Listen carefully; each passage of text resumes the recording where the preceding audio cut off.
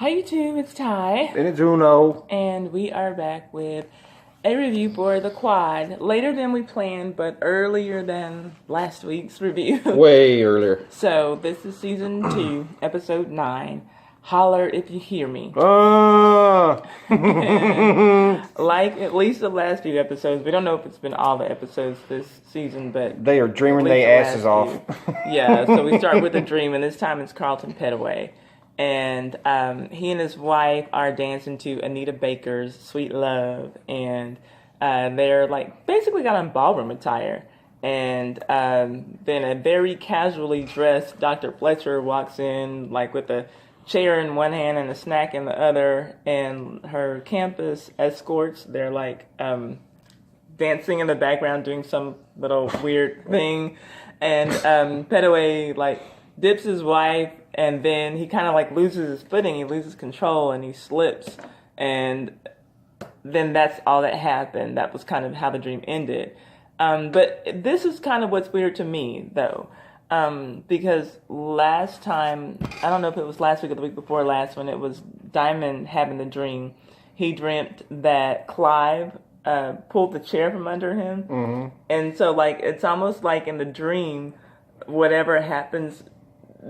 it happens to the other person, because like it was like Diamond dreamt that he got really embarrassed, but then Clive was the one who got embarrassed in real life. And then in this episode, Petaway is dreaming about like it's almost like he's having some kind of attack or he falls or something, but then we see at the end it's his wife. Did you notice that? Yeah, I see where you're going with it. So anyway, I don't know, maybe... Read a psychoanalysis, baby. Analyze it, I mean. So we'll see what happens next week, which should be the season finale. Finale. Right? Okay, so I'm going to pay attention and I'll see if there's a dream sequence at the beginning and if something happens. Was there the very first one this episode? Because I remember she was kickboxing. Was that a dream? Yeah, because she knocked her mama out. Or knocked her mama down or something like that. You're saying Sydney was having a dream? Yeah, the very first episode. I remember Eva having those dreams. But the very beginning of the episode, she was fighting. Like, she was, like, doing her little Muay Thai thing. And then... No, her Krav Maga. Whatever. No, because she keeps making it a point to call it out. Oh, Krav Maga, whatever. Anyway, remember she's fighting somebody and then she knocks the person down and she takes her mask off and it's her mama? Anyway. I didn't think that was the first...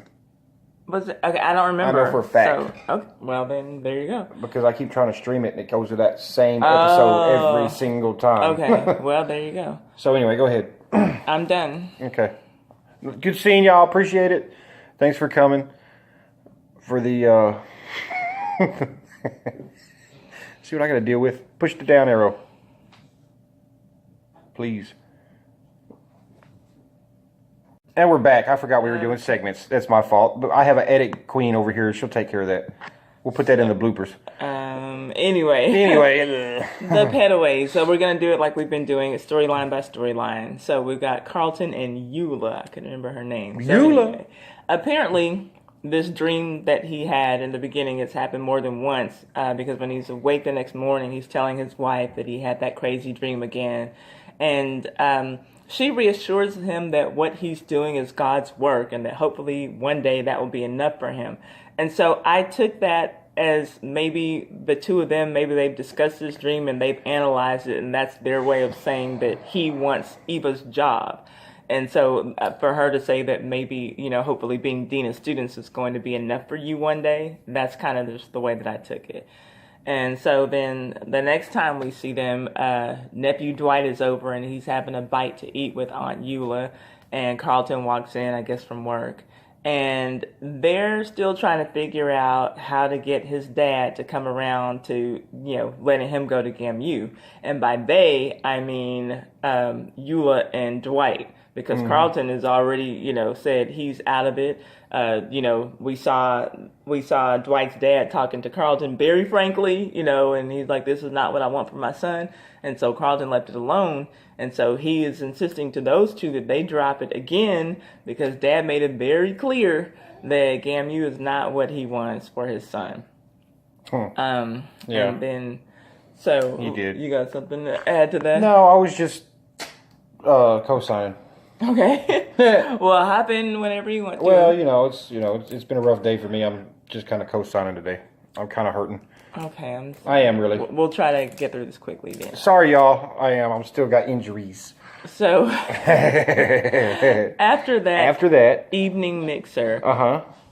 Would you please stop? Okay, so you also there was a little evening mixer that I guess like the faculty and staff had or whatever. Then Carlton's at home with Eula, and he's telling her he's angry about loss and stealing from the school, and that he knows now more than ever that somebody really has to look out for the students. And so that kind of made me think that, like, so I guess you've been bullshitting on your job, like, this whole time, but, like, now you realize that, like, I should do something, Right. And so... Now is my time. Seeing him get, all fired up, turns on Eula.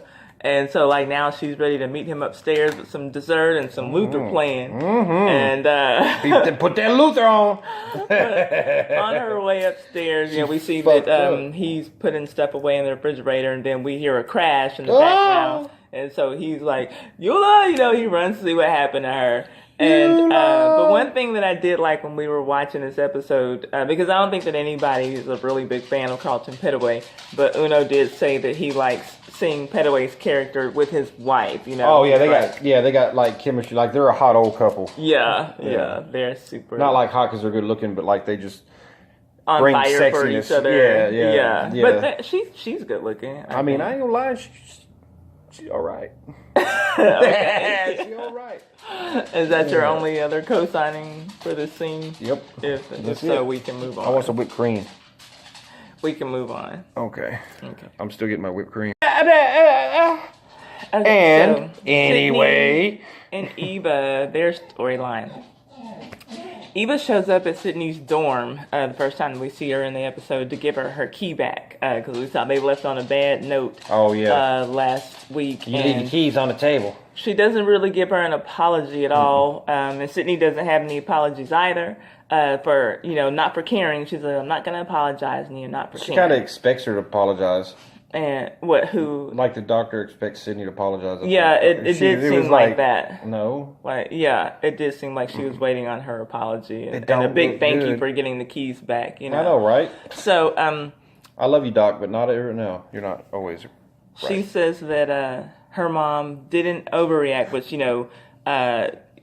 Eva, she's not really apologizing, but she's like, I guess I did overreact. And Sydney's like, no, you didn't overreact. You acted like a drug addict. Yeah, like an addict. And so once again, Dr. Fletcher reassures Sydney that everything is okay. She's fine, and she's just reducing her dosage in a healthy way. Yeah.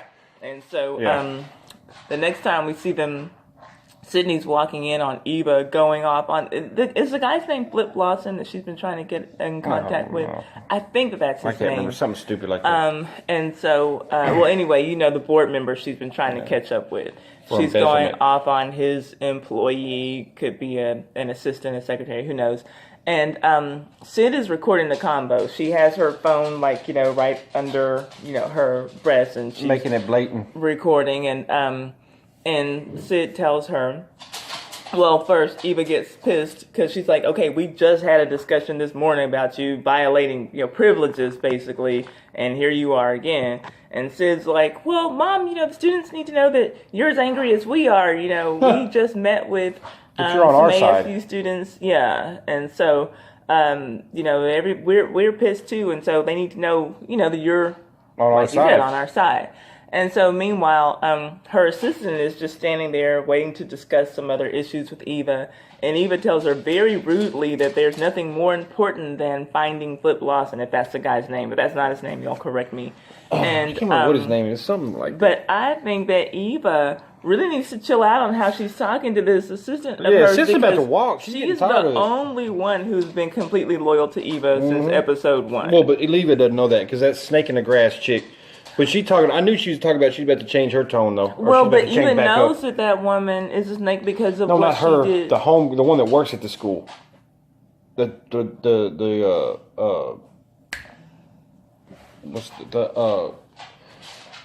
Professor. I know. Oh. That's what I'm saying. Eva knows that she's a snake because she saw what her and Dr. Pettaway did as far as getting that building filed for historical status. She doesn't know that, so she knows. Does she know that she's trying to get her ousted? She doesn't know all of that, but she knows enough to know that this is somebody that she can't trust. Yeah. So anyway. She looks like she got to change her loyalty. Yeah, it does seem like that. It does seem that way. So Eva sits down with her snake of a friend, and this woman is like finally starting to realize that Eva does care about the school. We're talking about the professor now. Jasmine Guy. I don't know. I've never learned her character's name. Professor whatever. Jasmine Guy though.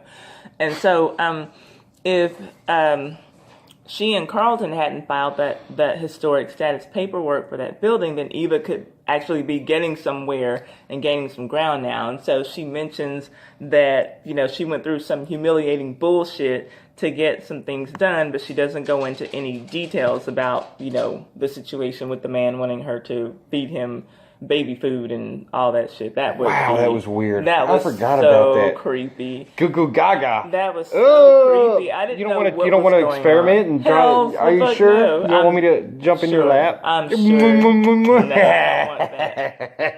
That's weird. That was. It freaked me out when he came out of behind the door, though. I was like, that's what I was thinking too. Yeah, it totally surprised me because I did not. I was thinking that maybe there was $5 million in cash in that bag, and Eva just looks in the bag. And she's like, "Is that for me?" Right. And so I wasn't feeling that.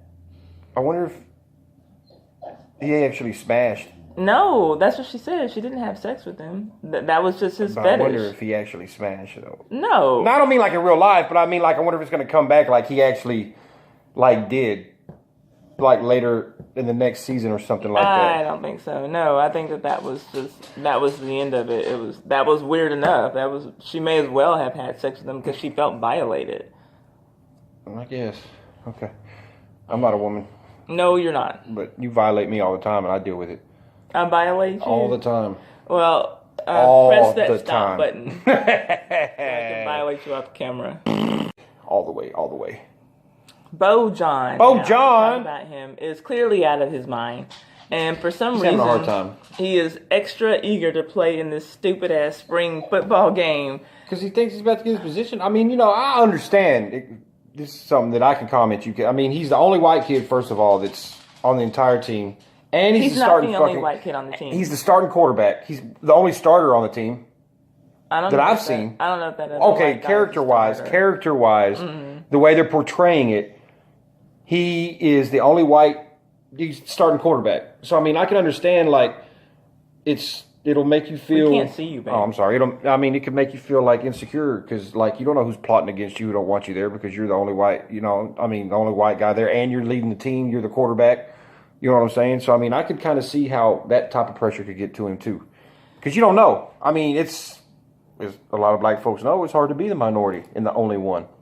That goes vice versa. Yeah, I'm sure it does. It goes both ways. But anyway. So, I'm just giving my opinion. Am I here? Yeah, you're. So that's. I want everybody to give y'all their opinion. As a white man that I am, and I feel that would be one thing that would be making him, and that's one reason he may not be able to trust the coach as much as he would like to because he might feel like that the coach is, secretly wanting the big name black quarterback to come lead the team that's the word I'm trying to say, predominantly black, as far as the school too. So it's probably putting him under a lot of pressure. That's why he wanted to get out there and prove himself. And he saw the guy in the stands talking to the doctor. Yeah. So it's he really, which is not helping. It's stupid. It's stupid as hell. Football game. It's not the real season. I understand that. And we understand that. But you got to look at where he's thinking too and where he's coming from. I got to get through my notes. That's what I got to do. I'm not arguing with you. I'm telling you. I'm just. I get to very rarely comment on something that I might know something about. So can I? Yeah. So got to comment. I could just go. So coach tells him to sit out and wait until the doctors clear him to work out and play. Bojan takes it that coach is against him, and he has to prove to everybody that he's the quarterback. Mm-hmm. And so coach tells him as long as he knows, that's all that matters. And that should have been good enough for Bojan. Well, he, like I said, again, he may not feel in the long run that he can trust him. So then his he's got to prove his it. alternative is to go and put his body on the line. Yeah. Against the doctor's wishes. Yeah, he feels like he's okay, and we see how that worked for him. Yeah, though, right? I didn't say it was smart. I'm just trying to say where he's coming from. Where he's coming from, All right, but it's back still up off me. stupid. It's stupid as hell. Okay. So back up off me. Keep going. So the next time that we see him, it's Bojan. He's coming out from his dorm. And Taisha is saying that she's coming by to check on them, her, Junior and him, not him, which I think at this point she ought to just be saying, I want to see what's going on with you, especially after the last discussion they had. So he lets her know that Junior's out taking his makeup exam and he was on his way off campus to work out. And she's like, yeah, but you're not supposed to be working out. He's like, Taisha, why are you grilling me? You're not my girl. You're not my girlfriend. And the races shouldn't be mixing, right? She's like, that's not what I said. Bullshit. And he's like, yeah, it is. And I'm like, pretty much, I have to side with Bojan on this one. You're a realist, man. I mean, she did him dirty. Yeah. So. Just because he's white. It's messed up. Just because he's white. Just because he's white. I know. Because lack of pigment. Mm-hmm. His lack of melanin. Pigment? Whatever. It's not melanated. Melanate the next... Are we done with this segment? Are we? Because I'm done with it. Are you done with it? Can we move on, please? I'm done. Okay. Shut up. So now we got Sydney and Miles, and Sydney and Jason. And Miles is planning a meeting with the ASU students, and he and this girl, they kind of plan a date based on whether the meeting is going to go well or whether it's not going to go well. And Sid is standing at the doorway, and she sees the tail end of their conversation. And when she approaches him, she just wants the details on the meeting so that she can attend it too. But Niles, he's talking to somebody else, giving them some details. And so when she first approaches him, he sees her, but he doesn't acknowledge her. As he and shouldn't. so, yeah, I agree. So she's like, so you're just going to pretend like you don't see me? Yep. And he's like, hey, look. man, why do women hate that? They don't want you, but they can't stand to see you talking to another female. I don't understand that. Yeah, dude, never mind. I understand. Yeah, I think you understand. I understand the psychology of it. It doesn't make any sense, but I think you understand. Yeah, it does. It's the age-old thing that mankind has troubled with years. I want what I can't have, or I want what's desired by other people. It's age-old. Maybe Since the beginning of time. Yeah. The and Bible. So he puts her in her place, and he's just like, hey, you're the one who said you didn't want to talk to me. Look, so, why are you tripping? Touch, but don't taste. Taste. But don't enjoy. Exactly. Shut up. You don't remember? No, I don't. That's Al Pacino. I don't remember. Devil's Advocate. Okay, go ahead. I don't remember. I remember you need to read. And so at the meeting, the ASU rep, the girl who's standing up and kind of speaking on behalf of the school, she explains to them that there's some plans to rename one of their founders' buildings, and none of the GAMU students knew that this was going to happen, and so they're all pissed off. And Jason had some info on the tech billionaire who's renaming and rebranding schools. And it's not just at HBCUs. It's all everywhere. kinds of schools. It's private schools, black schools, white schools, whatever. Everywhere. And He don't discriminate. That was at least he had something important to bring to that meeting. And so Miles, though, he calls out Jason for taking advantage of Sydney when that meeting is over. He just kind of pulls him to the side. Like, hey, you know what she's been through. Stop taking advantage of her. And Jason's like, I'm not doing anything that she doesn't want me to do, which is true. That's true. It's true. Got him. Yeah, he did. Yeah, he did. I did some more foul stuff, but yeah, that's just me. Really? Oh, you're foul playing. like that. I'm just playing. That's Well, I good mean, for me to know. if she missed me over, then, the gloves go off. There ain't no grades, black or white. We do me right, we can break up, we're good. But you do me wrong, you're gonna fuck somebody's daughter for doing you wrong. if the mama messes me around. Really? I'm just playing. I would never do that. Anyway, are we done? I'm done. Okay, I'm done, baby. Next segment, please. Is this the last segment? No. Oh, wait, now there's we're another at the spring football game. Spring football. And basically, Bojan ruined it for himself and everyone else there. Yeah. First, we have Eva totally violating the space of Petaway and his family because she's trying to recruit Dwight. And the whole time, Petaway is like, aren't your seats down there? Right. And so she invites Dwight and She was his quite dad. charming, though. Oh, did you think so? She was quite charming. She really was. She played that. I thought she was obnoxious as I hell thought in she this played moment. it. And I was love like, her, get but it, I girl. was like, get it, dog. cut it out. Okay, I'll sit down. We could Well, talk. yeah, I'm okay. sure that All right. you would be we sit down for a second. Yeah, I'm gonna take your doctor friend from you. So she invites Dwight and his dad, who's wearing a very obnoxious T-shirt, by the way, like "My son is the greatest" or whatever. Oh my God, that dude is he annoys the shit out of me, dude. She invites him to dinner at the big house, the president's house, to discuss some real options for Dwight. Mm-hmm. And so he's, kind of more willing to listen to her now, and Dwight is excited about the prospect of that. But Dad still doesn't want his son in black world, so to speak, because he believes that there are better opportunities for him at a college that's not an HBCU. So, and he has a discussion with Petaway, saying that, I don't want my son to just feel like this black bubble that y'all are in is all that there is. And so Petaway's like, okay, so what, do you want him to take the OJ approach? I'm not black, I'm Dwight. What's and Dwight? So, Dwight is his name. OJ? Dwight is his son's name. Oh. OJ used to say, I'm not black, I'm OJ. So Petaway I didn't know that he used to say that. I don't know much about OJ. I never was a fan of him. So Petaway is using that as, he's like, okay, is that what you want for I understand your son? now. I just didn't know he said that. So that's, yeah. I'm so not a dummy. He's just, you just be pretty, baby. Shut up. I'm not even pretty. Just go. Pretty. Just do your thing. So anyway, so and I guess there's kind of a fine line between kind of what both of them are saying, because then Carlton, he goes on to say, wherever your son goes, even if you don't want him to be here at GAMU or at a historically black college, that's your decision. But wherever he goes, he's going to be black. So, just, keep that in mind. So anyway, that was an interesting discussion I thought that they had. But then on the field, we see Junior comment on how big the crowd is. And I'm like, where?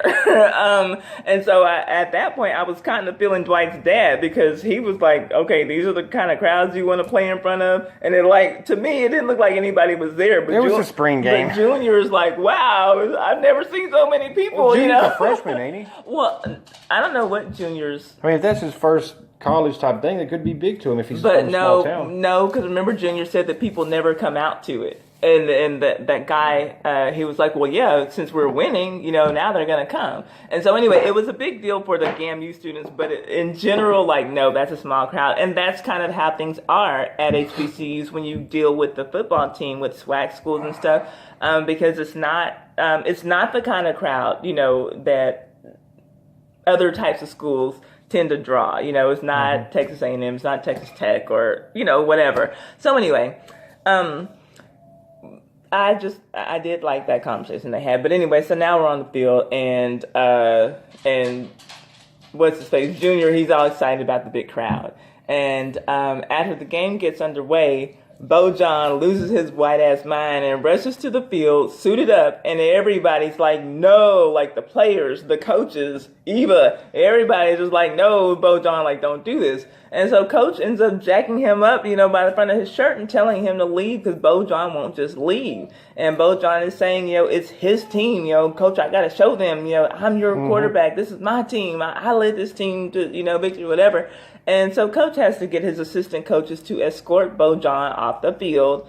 And I'm like, okay, was it worth it, Bojan, over an exhibition game, a spring game? Way to go, Pull your head out of your ass. Somebody please get this boy some help, because I do understand your point, and I understand, if this is all that he really feels like he has going for him, maybe if him and Taisha would have worked out, at least, I got his girlfriend. It's his dad, too. He has that. He don't want to go running home with his tail between his legs. He wants to be able to see, I showed you, I told you. Right, because his dad has kind of already warned him, it's not going to work out. And so he's got a lot to prove to a lot of people, and I understand that. But all that Coach was saying is, and when he had the discussion with Coach in Coach's office, Coach is just saying, get well. He's like, I don't want you to end up injured and then you can't play again. He told him, look at what happened to Andrew Luck.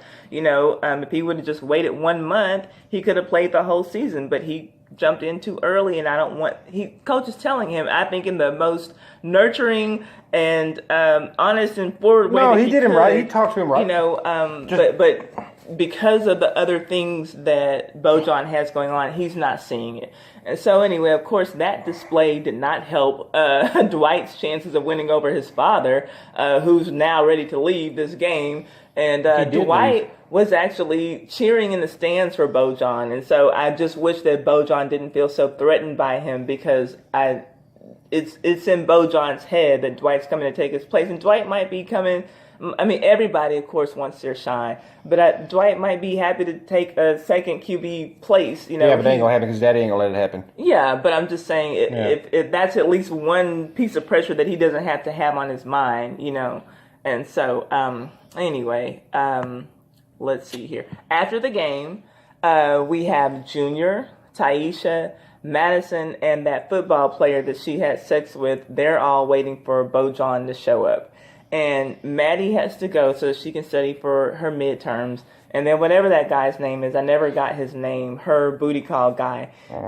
He follows out lying and saying that he forgot his charger, but he just wants to holler at Madison. And he's like, hey, yo, you know, why haven't you called me back?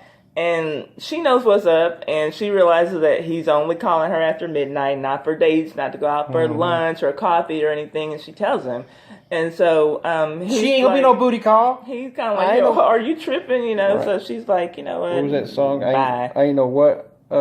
Ain't no that girl. What is that? Holler back. Holler back girl. Yeah, ain't no holler back girl. Ain't that what that means? Times been around that track, but it's not gonna happen like that, cause there ain't no holler back girl. Hey. I don't know if that's what that means. I never knew what that meant. I always thought it meant like I'm not a booty call. That's what I always took from it. I ain't no holler back girl. Like I'm a holler back at you. I enjoyed the song, but I don't know what it meant. Anyway. So yeah, okay. Into that segment. So no. So. He gets another call while he's having this conversation with Madison. Girl, where you been? And he's like, hey, I really want to finish this conversation, but I got to take this call. So she just rolls her eyes like, delete my number, motherfucker. She walks off. And then he answers the phone. Brianna, hey, what up, girl? Where you been? And so it's just like, oh, gosh. I really hope she used protection with him. Why? Huh? Why? I don't know. So because he might have a disease? Or yeah, something like that. Yeah. Because he's slinging that dick all over the campus. What? He is. Anyway. And so, no dick. Bojan finally. Finally what? I don't know. It's like almost like I can read your mind. Anyway. I'm in her mind. Bojan finally gets to his room, and Taisha and Junior are pissed that they find out that he went to that store where he got jumped. And he's like, yeah, I went to see Taisha's friends or whatever. And so they leave to get Taisha to her dorm. She's just like, I'm not going to do this with you right now. So Junior, walk me to my dorm. And so, Bojan, he's just like, he's over it because he feels like they're always telling him what to do. Because they got on him for going to that store. But he's not over it. So he's like, I'm tired of doing what you tell me to do. Don't do this. Jump and do that. Blah, blah, blah. So I'm going to break my fist. Yeah. My throwing hand. Dumbass. So, yeah, he just keeps making it worse for himself. So they leave. He punches the door to add to his injuries, right? And because that makes you look so masculine. Exactly. Then he just sits on the floor, cries, calls his dad to come pick him up, which Uno called it while we were watching it. He's like, oh, I know what's happening next. Dad, come Pappy, come get me, Pappy. Anyway. And so then Coach shows up to check on him, but he wants to be left alone. But Coach just pulls up a chair and sits there with him anyway. They just kind of sit in silence until the scene ends. And cut. So Cedric lets his mom know that Brown is pregnant. He called her. She's like, what's up? He's like, nothing. She's like, I hear something in your voice. He's like, Brown was pregnant. She's like, I can't. And she just hung up the phone. I hear a baby in your voice. Is that child in your voice? Then Noni comes over to talk to him. Noni's punk ass. He's in the middle of some... he's in the middle of some whack-ass rap. And she comes in asking for help on how to deal with Brown because she won't stop crying. He tells her that Brown doesn't want to talk to him, shows her the last text that she sent him, and tells Noni to mind her business once and for all. He should have smashed Noni right there. Shut up. He should have went on and smashed. He'd gone and got knocked that one out, because that's coming. No, it's not. Okay. Oh gosh, don't say that. Okay. So Noni tells him that he still needs to man up regardless, and then she leaves. And He does need to man up. He should have smashed. Anyway, go ahead. To your point, though, I was thinking, like, was it just me, or did she have some kind of smirk on her face when she left? So it made me, like, wonder, did she steal something from his computer or his phone she's trying. or something? She's got... Okay. And we both noticed that Cedric's stomach looked big as hell in that scene. He's got that... what is it? The pregnancy... what is it? Don't you get hungry? Don't you get the cravings when the wife's pregnant called. too, or the girl's pregnant or whatever? I forgot what that's called. Yeah. Sympathy. I know sympathy pains. Maybe sympathy pains. Sympathy weight. Yeah, I don't something know. like that. We don't have kids, obviously. Yeah. Well, I got a little black baby over here. He's ugly. Yeah, I got a little redhead back here that's about pretty girl. Both of our babies are cute. Our dogs. Okay. Next. Push your record button. Okay, so the faculty mixer. Petaway, Diamond, and Jasmine Guy, they're all plotting against Dr. Fletcher, per usual. But Jasmine Guy, next week I'll get her character name. She's kind of pulling away from whatever their plan is, and Petaway's telling her to just stick with it. She's pulling away because she does now see that Eva's like for this school and for these students. And so when Eva goes to talk to them, Petaway wants to know what happened at the football game.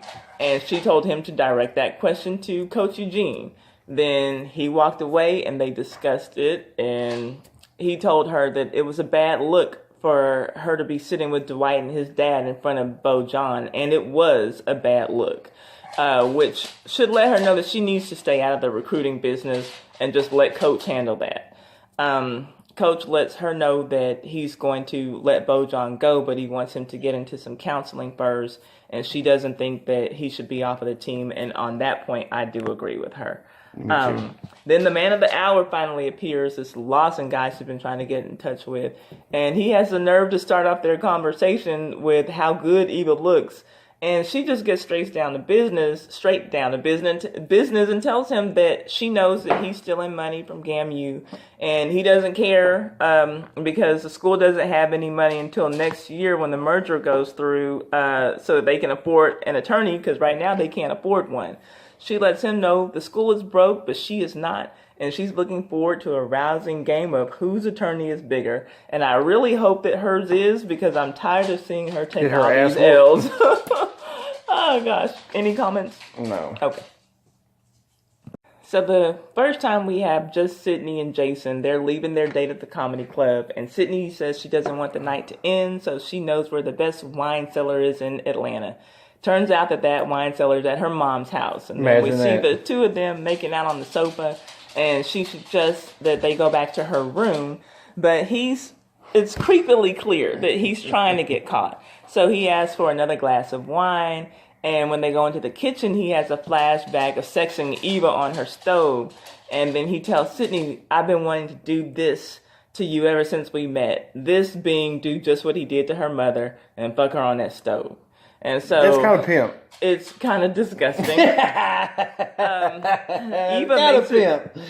Eva makes it back to her house to find that Coach is there waiting for her. And the only thing that I was wondering during this scene was, where was Jason's car? Because it seems like that should have been parked outside of her house, where she would know that as well. They walked. So, anyway, maybe. I just don't see Sydney being on a date and walking with the guy. They were walking down the street from the comedy club. Maybe the house is right around the corner. I thought that they were walking to his car. But anyway, oh no, you just know for sure. Yeah, okay. I've seen it. Okay. Anyway. So you know that neighborhood. Yeah, I wrote that shit. Anyway. So, they talk about Bo John's breakdown, Eva and Coach.